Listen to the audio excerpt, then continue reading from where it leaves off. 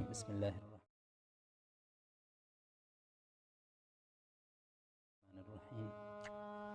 سورۃ البقرہ رکوع نمبر 5 آج شروع ہوگا۔ سورہ بقرہ کے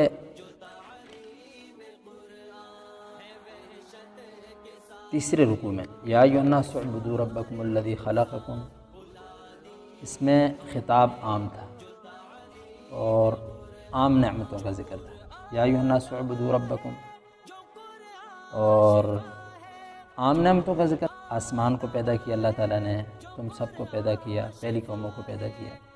یہاں پر خطاب خاص ہے، یا بنی اسرائیل، خاص لوگوں کو خطاب ہے، اور پھر ان پر جو اللہ تعالیٰ نے خاص نعمت کی ہے بنی اسرائیل پر، ان کا تذکرہ کیا ہے۔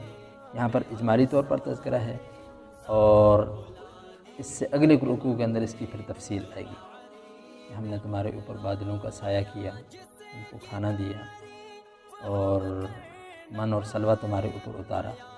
یہ خاص نعمتوں کا تذکرہ ہے۔ بنی اسرائیل یہ حضرت یعقوب علیہ السلام کی اولاد کو کہا جاتا ہے۔ حضرت یعقوب علیہ السلام کے دو نام ہیں، ایک یعقوب نام ہے اور ایک اسرائیل نام ہے۔ اسرائیل یہ عبرانی زبان کا لفظ ہے، اس کا معنی ہوتا ہے، اسراء کا معنی ہوتا ہے عبد، اور ایل کا معنی ہوتا ہے اللہ، یعنی عبداللہ کے معنی میں۔ حضرت ابراہیم علیہ السلام کی دو بیویاں تھیں، ایک حضرت ہاجرہ اور ایک حضرت سارہ۔ حضرت ہاجرہ سے جو اولاد ہوئی ہے وہ حضرت اسماعیل علیہ السلام اور بنو اسماعیل، یہ حجاز کے اندر مکہ مکرمہ میں اس ایریے میں جا کر آباد ہوئی۔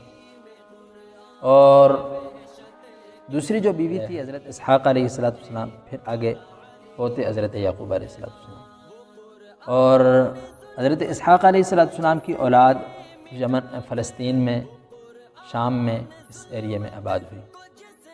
اور پھر جب حضرت یعقوب علیہ السلام کے بیٹے پیدا ہوئے تو حضرت یوسف علیہ السلام کا جو واقعہ ہے سورہ یوسف کے اندر اس کا تذکرہ ہے کہ یہ یہاں سے منتقل ہو کر مصر میں گئے، وہاں پر جا کر آباد ہوئے۔ اور پھر اللہ تعالیٰ نے بنی اسرائیل کے نبی حضرت موسیٰ علیہ السلام کو بھیجا۔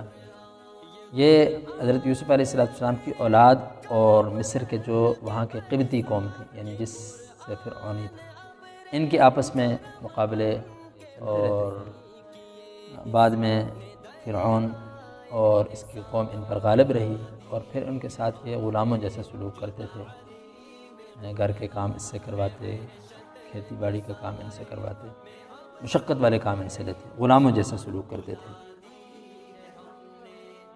پھر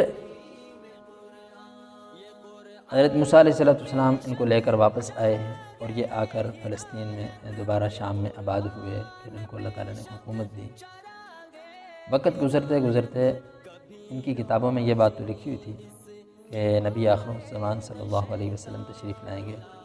یہ لوگ مکہ مکرمہ کی طرف گئے تو انہوں نے دیکھا یثرب جو آج مدینہ منورہ ہے، اس کے اندر جو علامتیں آخر الزمان نبی کے شہر کی بتائی گئی ہیں وہ ساری اس شہر کے اندر پائی جاتی تھی۔ تو انہوں نے وہاں آ کر آباد ہونا شروع کیا، اور اس دوران وہاں پر دو شخص اور بھی آ کر آباد ہوئے، اوس اور خزرج، یمن سے آ کر آباد ہوئے۔ اور پھر دونوں کی اولادیں ہوئیں، جو یہودی تھے ان کی بھی اولادیں ہوئیں، اور اوس اور خزرج کی بھی اولادیں ہوئیں، اور پھر ان کے آپس میں مقابلے ہوتے۔ تو یہ جب بنی اسرائیل کو تنگ کرتے، ان پر کوئی ظلم زیادتی کرتے، تو یہ کہتے آخر الزمان نبی آئے گا، ہم اس نبی پر ایمان لے کر آئیں گے، اور پھر اس کے ساتھ مل کر ہم بھی تمہارے خلاف جنگ لڑیں گے۔ تو چونکہ اوس اور خزرج کو نبی پاک صلی اللہ علیہ وسلم کی علامتیں تو انہوں نے بتا دی تھی، اس لیے نبی پاک صلی اللہ علیہ وسلم جب تشریف لائے تو اوس اور خزرج نے پہلے جا کر آپ صلی اللہ علیہ وسلم پر ایمان لے۔ تو یہود کے آپ صلی اللہ علیہ وسلم پر ایمان نہ لانے کے دو سبب ہیں۔ ایک سبب تو یہ کہ ان کے جو مقابل تھے اوس اور خزرج، وہ آپ صلی اللہ علیہ وسلم پر ایمان لے آئے۔ اور دوسرا یہ کہ آپ صلی اللہ علیہ وسلم ہمارے خاندان میں پیدا نہیں ہوئے، بنو اسحاق میں پیدا نہیں ہوئے، بنی اسرائیل کے اندر پیدا نہیں ہوئے، بلکہ یہ بنو اسماعیل کے اندر پیدا ہوئے۔ تو اللہ جل شانہ نے ان آیات کے اندر بنی اسرائیل کو، یہود کو مخاطب کر کے کہا کہ آپ صلی اللہ علیہ وسلم کو آپ جانتے ہو، اور پھر اللہ تعالیٰ نے آپ پر اتنی نعمتیں کی ہے، ان نعمتوں کو دیکھ کر کچھ آپ کے اندر غیرت ہونی چاہیے، آپ کو نبی پاک صلی اللہ علیہ وسلم پر ایمان لانا چاہیے۔ یا بنی اسرائیل اذکروا نعمتی اللتی، اے بنی اسرائیل تم یاد کرو میری نعمتوں کو، اللتی انعمت علیکم جو میں نے تم پر کی، وَأَوْفُوا بِعَهْدِي أُوفِ بِعَهْدِكُمْ تم میرے عہد کو، میرے وعدے کو پورا کرو، اوف بعہدکم میں تمہارے اقرار کو پورا کروں، تم میرے اقرار کو پورا کرو۔ کیا کہ تم نے کہا تھا نبی آخر الزماں آئے، ہم اس پر ایمان لے کر آئیں گے اور ہم اس کی مدد اور نصرت کریں گے، بلکہ یہ اقرار کیا تھا کہ جو نبی بھی آئے گا اس نبی کی تعلیمات کو ہم مانیں گے، اس نبی کی تعلیمات پر ہم عمل پیرا ہوں گے۔ لیکن جب نبی پاک صلی اللہ علیہ وسلم انہوں نے انکار کر دیا، فرمایا اوفوا بعہدی تم میرے اقرار کو پورا کرو، اوف بعہدکم میں تمہارے اقرار کو پورا کروں۔ کیا مطلب؟ میں تمہیں اس کے بدلے میں جنت دوں گا، اور جو نعمتیں ہیں ساری کی ساری تمہیں ملیں گی تب جب تم میرا عہد پورا کرو۔ وَإِيَّايَ فَارْهَبُونَ اور مجھ سے ڈرو، اگر میرا عہد پورا نہ کیا، میرے عہد کی خلاف ورزی کی، تو پھر اس کی سزا تمہیں بھگتنا پڑے گی۔ جو آدمی عہد کی خلاف ورزی کرتا ہے تو کل قیامت والے دن اس کی پشت پر اتنا بڑا جھنڈا لگایا جائے گا کہ جتنی اس نے بڑی بدعہدی کی ہوگی، کسی قوم کی قوم کے ساتھ ہو، کسی شخص کی کسی شخص کے ساتھ ہو، اور یہ تو اللہ کے ساتھ جو انہوں نے معاہدہ کیا اس کی خلاف ورزی کریں۔ اس لیے فرمایا فَإِيَّايَ فَارْهَبُونَ اور مجھ سے ڈرو۔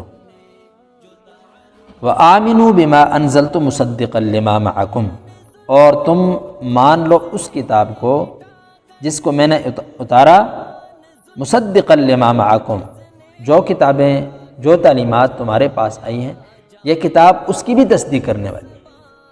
ولا تکونوا اول کافر بہ اور سب سے پہلے انکار کرنے والے نہ بنو۔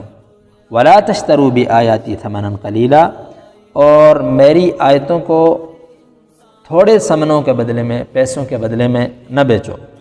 وإیایا فاتقون اور مجھ سے ڈرو۔ اس آیت میں یہ بتایا گیا ہے کہ قرآن پاک جو تعلیمات لے کر آیا ہے، یہ تعلیمات ان تعلیمات کے مخالف نہیں ہیں، یہ تو ان کی تصدیق کرنے والا ہے۔ اگر مخالف ہو تو پھر آپ اس کو نہ مانو۔